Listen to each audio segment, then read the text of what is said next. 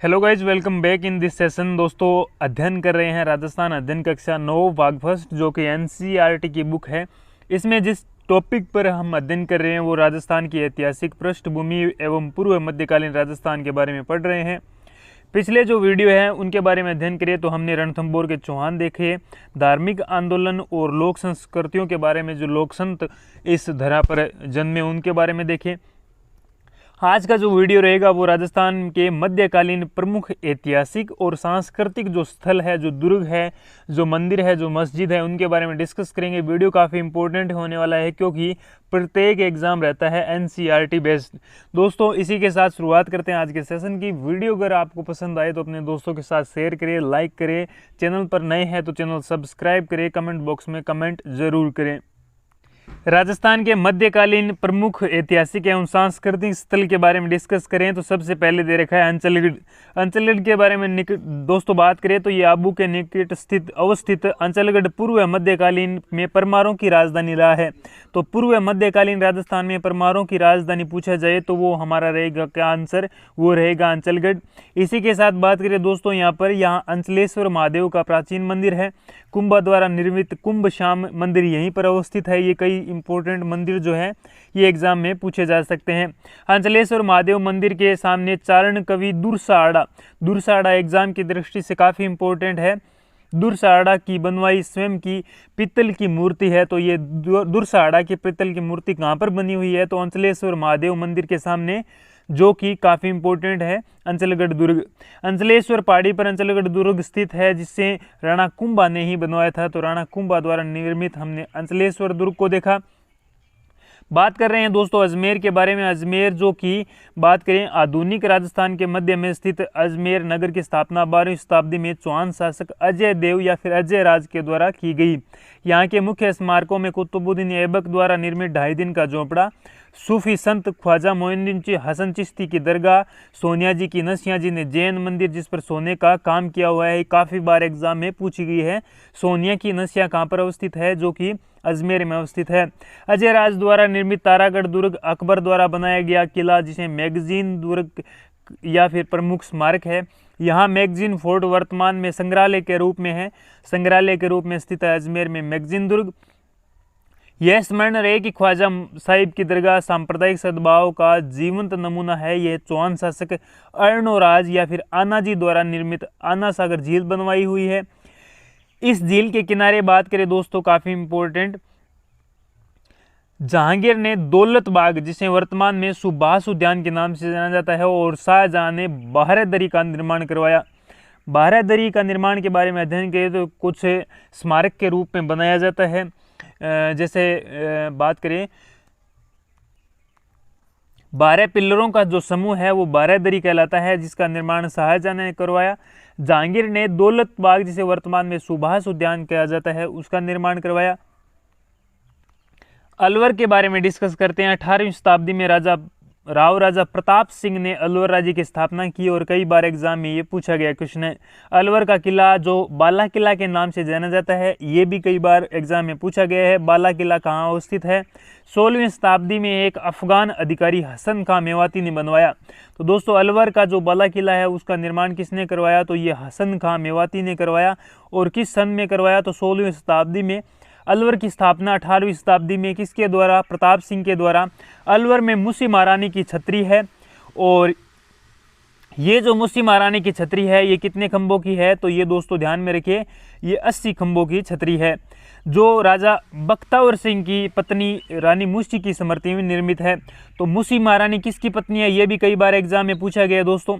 इसी के साथ बात करें तो यह छतरी अपनी कलात्मक के लिए प्रसिद्ध है। अलवर का राजकीय संग्रहालय दर्शनीय है, जहां अलवर शैली के चित्र सुरक्षित है। तो ये काफ़ी इंपॉर्टेंट, हसन का मेवाती, जिसके द्वारा अलवर का किला बनाया गया, जिसे दोस्तों बात करें तो बाला किले के नाम से जाना जाता है। 18वीं शताब्दी में राजा प्रताप सिंह के द्वारा इसका अलवर की स्थापना होती है। और यहाँ पर सबसे इंपॉर्टेंट पूछा जाता है मुसी महारानी की छतरी कहाँ स्थित है? तो वो अलवर में स्थित है। 84 खंभों की छतरी कहाँ स्थित है? तो ये मुसी महारानी की छतरी अलवर में स्थित है। 80 खंभों की छतरी कहाँ पर स्थित है? तो 80 खंभों की छतरी बूंदी में स्थित है। ये भी आप ध्यान में रखें। अरावली पर्वतमाला के में स्थित आबू सिरोही के सबसे निकट है। अरावली पर्वतमाला का सबसे ऊंचा भाग गुरु शिखर। भारत में आबू की गणना तीर्थ स्थानों से की गई है। महाभारत में आबू ने अपने देलवाड़ा जैन मंदिरों के लिए विख्यात है। देलवाड़ा के जैन मंदिर कहाँ स्थित है, तो वो आबू में स्थित है। यहाँ का विमल शाह द्वारा निर्मित आदिनाथ मंदिर तथा वास्तुपाल तेजपाल द्वारा निर्मित नेमिनाथ मंदिर उल्लेखनीय है। आबू के देलवाड़ा के जैन मंदिर अपनी नक्काशी, सुंदर मीनाकारी और पच्चीकारी के लिए भारत भर में प्रसिद्ध है। इन मंदिरों का निर्माण 11वीं एवं 13वीं शताब्दी के मध्य किया गया। ये मंदिर श्वेत संगमरमर से निर्मित है। काफ़ी ज़्यादा इम्पोर्टेंट और दर्शनीय स्थल के रूप में जाना जाता है आबू का जो ये मंदिर है। यहाँ श्वेत पत्थर इतनी बारीकी खुदाई की गई है कि ये अन्यतर दुर्लभ है।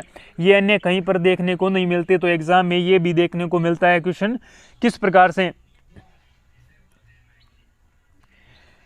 भारत भर में श्वेत संगमरमर से निर्मित बारीक खुदाई के द्वारा बनाए गए मंदिरों का समूह कहाँ पर स्थित है, तो वो आबू में स्थित है। इस प्रकार घुमाए हुए प्रश्न पूछे जाते हैं जो कि अन्यतर दुर्लभ है। जो चीज़ दुर्लभ होती है, जो एग्जाम की दृष्टि से इंपॉर्टेंट होती है, वो क्वेश्चन एग्जाम में पूछे जाते हैं। आबू पर्वत को अग्निकुल के राजपूतों की उत्पत्ति का स्थान बताया है, तो ये भी आप ध्यान में रखें। ये अग्निकुल नहीं है, एनसीईआरटी भी मिसप्रिंटिंग करती है। अग्निकुंड का जो सिद्धांत होता है जिसमें आबू पर्वत का जिसमें राजपूतों की उत्पत्ति हम देखने को मिलती है। इतिहास में इन विभिन्न विषयों के बारे में डिस्कस करते हैं। आमेर जयपुर से 7 मील उत्तर पूर्व में स्थित। तो दोस्तों ये भी आप ध्यान में रखें, आमेर कहाँ स्थित है, तो जयपुर से उत्तर पूर्व में स्थित है। ढूंढार राज्य की जयपुर बसने से पूर्व तक राजधानी थी। ढूंढार राज्य की जयपुर बसने तक राजधानी कौन थी, तो वो आमेर थी। दिल्ली अजमेर मार्ग पर स्थित होने के कारण आमेर का मध्यकाल में बहुत महत्व रहा। कछुआ वंश की राजधानी आमेर के वैभव का युग मुगल काल से प्रारंभ होता है। आमेर का किला स्थापत्य कला का उत्कृष्ट नमूना है। यहाँ के भव्य प्रासाद एवं मंदिर एवं फारसी जो शैली के मिश्रित रूप है, मंदिर और मस्जिद फारसी शैली के मिश्रित रूप है। इसमें बने दीवान ए आम, दीवान ए खास। दीवान ए खास जो है दोस्तों कई बार एग्जाम में पूछा गया है, जो कि शीश महल के नाम से जाना जाता है। दीवान ए आम जो है आदि की कलात्मक प्रशंसनीय है। इस किले में जगत शिरोमणि मंदिर जो कि जगत सिंह की माता के द्वारा बनाया जाता है, जो कि बीकानेर की राजकुमारी थी। और शीला देवी के मंदिर बने हुए हैं। इसका निर्माण मानसिंह के समय हुआ। शीला देवी जो है इनकी कुल देवी के रूप में जानी जाती है। मानसिंह शीला देवी की मूर्ति लेकर आया था बंगाल से। मानसिंह शीला देवी की मूर्ति को बंगाल से जीत कर लाया था। आमेर के पर्यटन भी प्रसिद्ध है, ये भी आप ध्यान में रखें दोस्तों। आमेर का पर्यटन प्रसिद्ध है। और मानसिंह शीला देवी की मूर्ति कहाँ से लेके आया था, ये भी आप ध्यान में रखें। जगत शिरोमणि मंदिर कई बार एग्जाम में पूछा गया है। दीवान ए खास जो है वो शीश महल है। तो दोस्तों यहाँ पर ध्यान में रखना, जो खास जो है वो सह पर खत्म होता है और शीश महल सह से शुरू होता है। तो इस प्रकार आप ध्यान में रख सकते हैं। उदयपुर महाराणा उदय सिंह के द्वारा 16वीं शताब्दी में इस शहर की स्थापना की गई। यहाँ के महल विशाल परिसर में अपनी कलात्मक के लिए प्रसिद्ध है। राजमहलों के पास ही 17वीं शताब्दी का निर्मित जगदीश मंदिर, ये कई बार एग्जाम में पूछा गया है। जगदीश मंदिर में 1857 के समय क्रांतिकारियों जब कोटा में क्रांति होती है तो वहाँ के जो अंग्रेज अधिकारी है वो भागकर यहीं पर शरण लेते हैं। यहाँ की पिछोला झील एवं फतेह सागर झील मध्यकालीन जल प्रबंधन के प्रशंसनीय प्रमाण है। उदयपुर को झीलों की नगरी कहा जाता है और कई बार एग्जाम में पूछा गया है।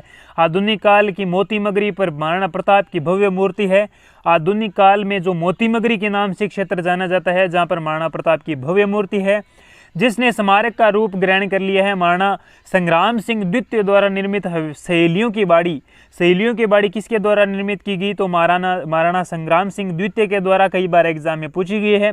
महाराणा सज्जन सिंह द्वारा बनवाया गया गुलाब शहर की शोभा बढ़ाने के लिए पर्याप्त है। दोस्तों यहाँ पे गुलाब बाग शहर किसके द्वारा, तो महाराजा सज्जन सिंह के द्वारा, महाराणा सज्जन सिंह के द्वारा। ऋषभदेव जिन्हें केसरिया जी कहा जाता है, उदयपुर की खेरवाड़ा तहसील में स्थित यह स्थान ऋषभदेव मंदिर के लिए प्रसिद्ध है। खेरवाड़ा कहाँ पर स्थित है, तो ये उदयपुर में खेरवाड़ा में स्थित है ऋषभदेव केसरिया जी का मंदिर। और कई बार एग्जाम में ये क्वेश्चन पूछा गया है। जैन एवं आदिवासियों भील अनुयायी जो है इसे समान रूप से पूजते हैं। तो जैन और आदिवासी जो भील अनुयायी है इसे सम्मान रूप से पूजते हैं। भीलों के कुल देवता कौन है, तो वो ऋषभ देव जी कई बार एग्जाम में पूछे गए हैं। भील इन्हें कालाजी कहते हैं, कालाजी के नाम से विख्यात ऋषभ देव जी, क्योंकि ऋषभ देव जी की प्रतिमा काले पत्थर की बनी हुई है। मूर्ति पर श्रद्धालु केसर चढ़ाते हैं, जो कि RS तक के एग्जाम में पूछा गया है। तो दोस्तों मूर्ति पर केसर चढ़ाई जाती है किस आदिवासी समुदाय द्वारा, तो भील समुदाय द्वारा। इसका लेप करते हैं, लेप भी करते हैं मूर्ति का, इसलिए केसरिया जी का भी मंदिर कहते हैं। तो दोस्तों इसीलिए इसे केसरिया नाथ जी का मंदिर कहते हैं, लेप करने की वजह। तो दोस्तों केसरिया नाथ जी क्यों कहते हैं, क्योंकि केसर चढ़ाते हैं, लेप करते हैं, इस वजह से इसे केसरिया नाथ जी कहते हैं। यहाँ प्रतिवर्ष मेला बढ़ता है। नेक्स्ट बात करते हैं ओंसिया के बारे में। ओंसिया जोधपुर जिले में स्थित है। ओंसिया पूर्व मध्यकालीन मंदिरों के लिए विख्यात है। यहाँ के जैन एवं हिंदू मंदिर 9वीं से 12वीं शताब्दी के मध्य निर्मित है। यहाँ के जैन मंदिर स्थापत्य के उत्कृष्ट नमूने हैं, जो कि कई बार एग्जाम में पूछे गए हैं। महावीर स्वामी के मंदिर में तोरण द्वार एवं स्तंभों पर जैन मंदिर से संबंधित शिल्प अंकन दर्शनीय है। तो महावीर जी का मंदिर कहाँ पर है, तो ओंसिया जोधपुर में है। और ये जो मंदिरों के जो स्तंभ है वो शिल्प अंकन के लिए दर्शनीय है। शिल्प अंकन के लिए दर्शनीय स्थल कहाँ पर स्थित है, ये क्वेश्चन पूछा जा सकता है दोस्तों। यहाँ के सूर्य मंदिर, सच्चाई माता के मंदिर, और इसी के साथ बात करें दोस्तों उस युग के कला वैभव को स्मरण कराते हैं। ये भी आप ध्यान में रखें। करौली जो कि यदुवंशियों के द्वारा स्थापित की गई। नेक्स्ट वीडियो में इसके बारे में डिस्कस करेंगे। आज का वीडियो यहीं समाप्त करते हैं, मिलते हैं नेक्स्ट वीडियो में। Thank you, have a nice day, wish you all the best, take care.